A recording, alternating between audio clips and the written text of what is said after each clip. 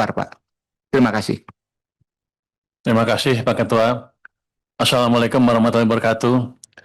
Pimpinan dan anggota Komisi 11 DPR RI yang saya hormati. Kita langsung aja bahas tentang pengaturan dan pengawasan bea keluar.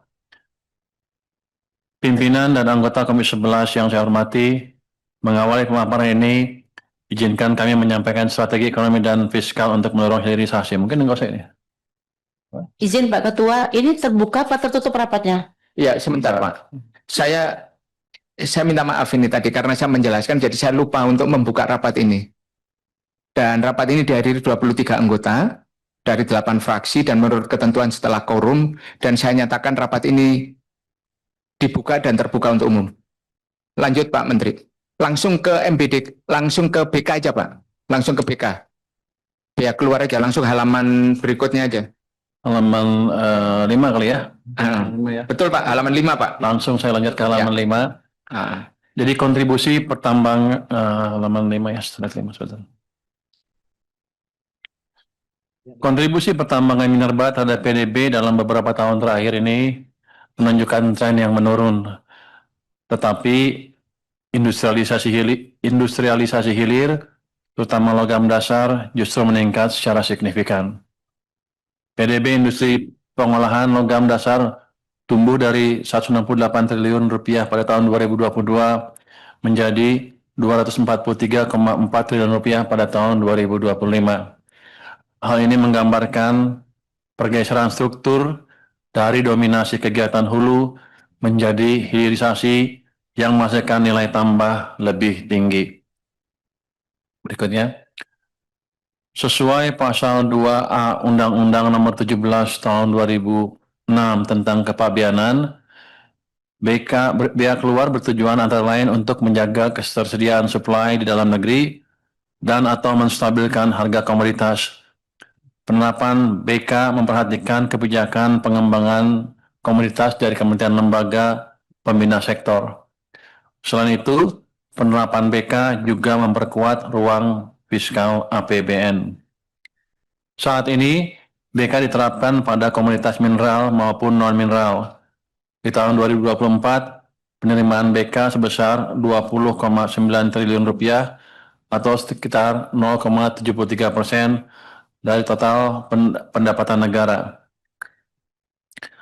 Penerimaan BK mayoritas sebesar 76,7% berasal dari komoditas non-mineral terutama CPO. Penerimaan BK atas produk mineral terutama berasal dari tembaga. Penerimaan BK dipengaruhi oleh volume produksi komoditas, kebijakan tarif BK, dan terutama harga komoditas. Berikutnya. Di tahun 2026, upaya optimalisasi penerimaan sektor minerba menghadapi beberapa tantangan, seperti fluktuasi harga komoditas, inisiatif transisi energi hijau dan iklim, serta kebutuhan menjaga konsistensi penerimaan negara. Penguatan pengawasan juga menjadi kunci, termasuk melalui integrasi data dalam Simbara dan optimalisasi penagihan. Menjawab tantangan tersebut, pemerintah akan memanfaatkan berbagai instrumen fiskal yang relevan, seperti penerapan bea keluar atas ekspor emas dan batu bara untuk mendukung terpenuhinya pasokan bahan baku dalam negeri, mendorong hilirisasi, memperkuat tata kelola, pengawasan, dan meningkatkan penerimaan negara. Berikutnya. Pembahasan kali ini ditujukan untuk menindaklanjuti pembahasan dalam RDP dengan Dirjen SEF pada tanggal 17 November tahun 2025. Dalam pembahasan sebelumnya, bea keluar emas diarahkan untuk meningkatkan nilai tambah di dalam negeri melalui hilirisasi, mendukung terpenuhinya kebutuhan emas dalam ekosistem bullion bank, optimalisasi pengawasan tata kelola transaksi emas, dan optimalisasi penerimaan negara. Sedangkan kebijakan bea keluar batubara diarahkan untuk mendorong hilirisasi dan dekarbonisasi batubara serta meningkatkan penerimaan negara. Berikutnya.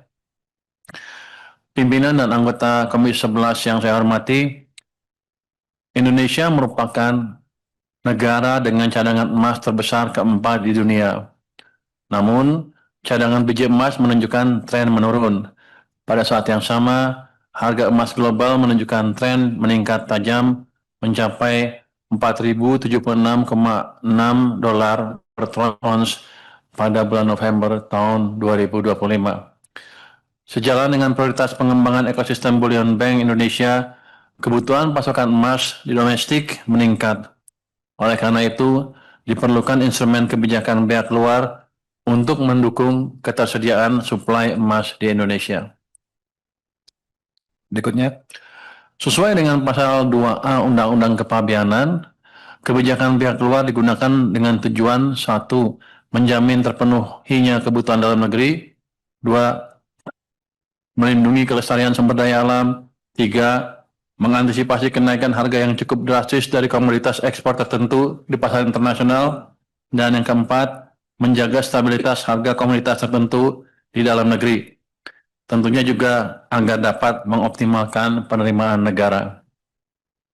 Agar hilirisasi berjalan lebih efektif, kebijakan pihak keluar emas dirancang dengan prinsip bahwa tarif produk hulu ditetapkan lebih tinggi dibandingkan produk hilir.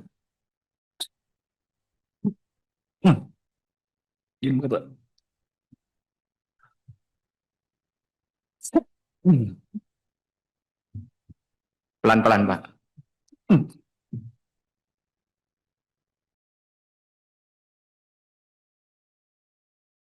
Mungkin produsen emas pada ngutuk saya dari jauh nih. Mau narikin bea katanya. Apa Ketua? Berikutnya. Pengawasan ekspor emas diperkuat melalui ketentuan yang melarang ekspor produk emas dengan kadar di bawah 99%.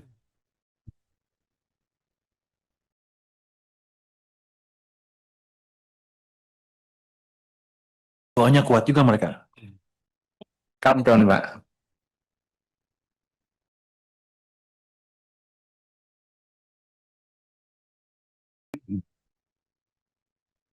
Sementara emas dengan kadar 99% atau lebih berupa cash, bar, dan granul hanya dapat diekspor dengan terlebih dahulu menyampaikan laporan surveyor atau LS. Pengaturan ini bertujuan memastikan bahwa setiap pengiriman emas telah diverifikasi kadar dan kesesuaiannya sebelum diekspor. Instrumen pihak luar diharapkan dapat mendukung optimalisasi pengawasan good governance dalam transaksi ekspor emas. Pimpinan anggota Komisi 11 yang terhormat, setelah sebelumnya kita membahas biaya keluar komoditas emas, kini kita beralih pada komoditas strategis lainnya yaitu batu bara yang memegang peranan penting dalam menjaga stabilitas perekonomian nasional. Pasal 33 Undang-Undang Dasar 1945 menyebutkan bahwa bumi, air, dan kekayaan alam yang terkandung di dalamnya dikuasai oleh negara dan dipergunakan untuk sebesar-besarnya kemakmuran masyarakat, rakyat. Meski Indonesia adalah produsen batu bara terbesar ketiga dunia, mayoritas ekspor kita masih berupa bahan mentah bernilai tambah rendah, sehingga kita kehilangan potensi ekonomi yang lebih tinggi. Untuk itu, instrumen biaya keluar disiapkan guna meningkatkan penerimaan negara, sekaligus mendorong hilirisasi dan dekarbonisasi yang saat ini mekanismenya sedang kami finalisasi bersama kementerian terkait. Berikutnya, demi menjamin energi yang merata dan terjangkau, batu bara tetap menjadi tulang punggung pasokan untuk menjaga stabilitas tarif listrik bagi rakyat dan industri. Pemerintah tetap berkomitmen mendorong transisi menuju energi yang lebih bersih, namun dilakukan secara bertahap, berkeadilan, dan sustainable. Pendekatan ini sangat penting agar upaya penurunan emisi tetap berjalan, tetapi tidak mengganggu ketahanan energi nasional. Berikutnya, batu bara tidak hanya berperan sebagai sumber energi, tetapi memiliki potensi besar untuk mendukung hilirisasi industri nasional. Beberapa negara seperti China dan India telah memanfaatkan batu bara untuk menghasilkan berbagai produk turunan yang bernilai tambah lebih tinggi. Dengan potensi tersebut, batu bara menjadi salah satu komoditas strategis yang dapat memperkuat struktur industri nasional. Pendekatan ini juga sejalan dengan upaya dekarbonisasi, di mana pemanfaatan batu bara diarahkan melalui pemanfaatan teknologi dan proses yang lebih efisien, serta menghasilkan emisi yang lebih rendah. Berikutnya, perkembangan harga batu bara acuan atau HBA menunjukkan tren penurunan yang cukup tajam sejak pertengahan tahun 2023. Pada 2025, HBA diperkirakan berada di kisaran $111 per ton, jauh lebih rendah dibandingkan periode puncaknya. Sementara proyeksi tahun 2026 menunjukkan bahwa harga kemungkinan bergerak pada kisaran 95 sampai dengan $100 per ton. Next. Pimpinan dan anggota Komisi 11 yang saya hormati, setelah kita membahas usulan biaya keluar untuk batu bara sebagai instrumen untuk menjaga ketahanan energi dan penerimaan negara, penting untuk memastikan bahwa kebijakan ini berjalan efektif melalui pengawasan yang kuat di lapangan. Karena itu, kita beralih pada aspek pengawasan ekspor atas komoditas yang dikenakan bea keluar. Dalam ketentuan kepabeanan, eksportir menghitung bea keluar secara self-assessment dan menyampaikan pemberitahuannya dalam dokumen ekspor. Pemeriksaan fisik maupun uji laboratoris dilakukan secara selektif berdasarkan manajemen risiko. Sementara itu, eksportir berstatus AEO mendapat pemeriksaan minimal sesuai prinsip trade facilitation. Next. Pengawasan terhadap ekspor komoditas bea keluar dilakukan secara menyeluruh, baik secara fisik maupun administratif, untuk memastikan seluruh ketentuan dipenuhi. Pemeriksaan mencakup verifikasi perizinan lartas, termasuk status clean and clear, serta pemenuhan pungutan seperti royalti dan PPh pasal 22. Dalam pelaksanaannya, terdapat 4 modus pelanggaran yang paling sering ditemukan, yaitu penyelundupan langsung, kesalahan administratif dalam pemberitahuan, penyamaran ekspor melalui modus antar pulau, serta upaya penyembunyian dengan mencampur barang legal dengan ilegal. Pengawasan yang ketat terhadap modus-modus ini menjadi kunci untuk menjaga integritas proses ekspor komoditas dengan bea keluar. Strategi pengawasan dilakukan oleh DJBC Bea Cukai pada 3 tahap utama, pre-clearance, clearance, dan post-clearance. Pada tahap pre-clearance, intelijen kepabeanan diperkuat untuk memetakan titik rawan ekspor ilegal, termasuk pertukaran data lintas kementerian. Dirjen Bea Cukai juga melakukan monitoring analisis untuk pendeteksian anomali pada data perdagangan. Pada tahap clearance, analisis dokumen ekspor dilakukan secara ketat, dibantu perangkat seperti gamma ray dan X-ray, serta patroli laut untuk memastikan pergerakan barang. Di sisi post-clearance, Dirjen Bea Cukai bekerjasama dengan Dirjen Pajak dan Kementerian Perdagangan melakukan audit yang lebih mendalam. Pendekatan lintas sektor ini memastikan bahwa setiap potensi pelanggaran pada komoditas bea keluar dapat terdeteksi secara menyeluruh. Berikutnya,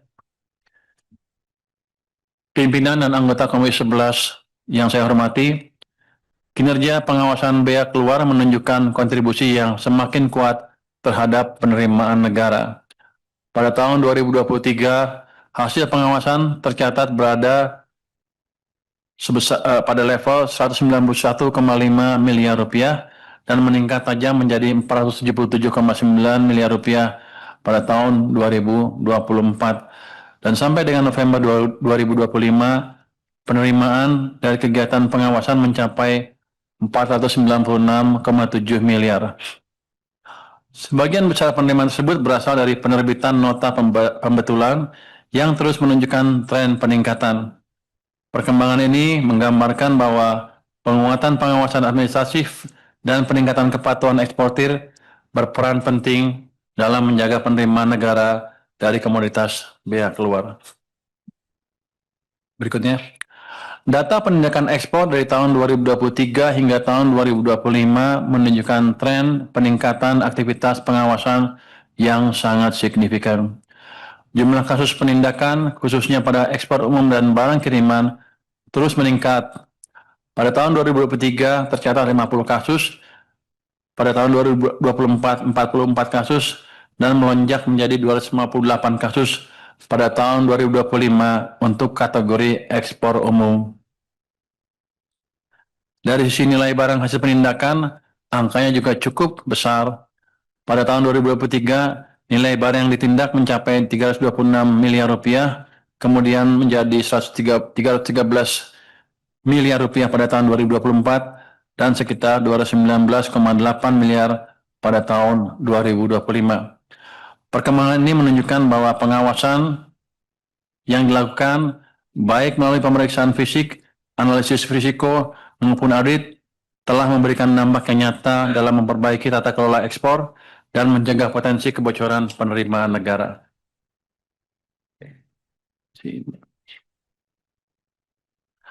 Pimpinan dan anggota Komisi 11 yang saya hormati, demikian pemaparan kami terkait pengaturan pengawasan bea keluar emas dan batu bara. Kami berharap melalui upaya bersama dan dukungan Komisi 11 yang selama ini sangat konstruktif, kebijakan bea keluar serta pengawasannya dapat berjalan semakin efektif, memberikan perlindungan bagi kepentingan nasional, dan menghasilkan manfaat yang optimal bagi perekonomian. Terima kasih atas perhatian dan kerjasamanya. Wassalamualaikum warahmatullahi wabarakatuh. Warahmatullahi wabarakatuh. Ini supaya rapatnya cepat.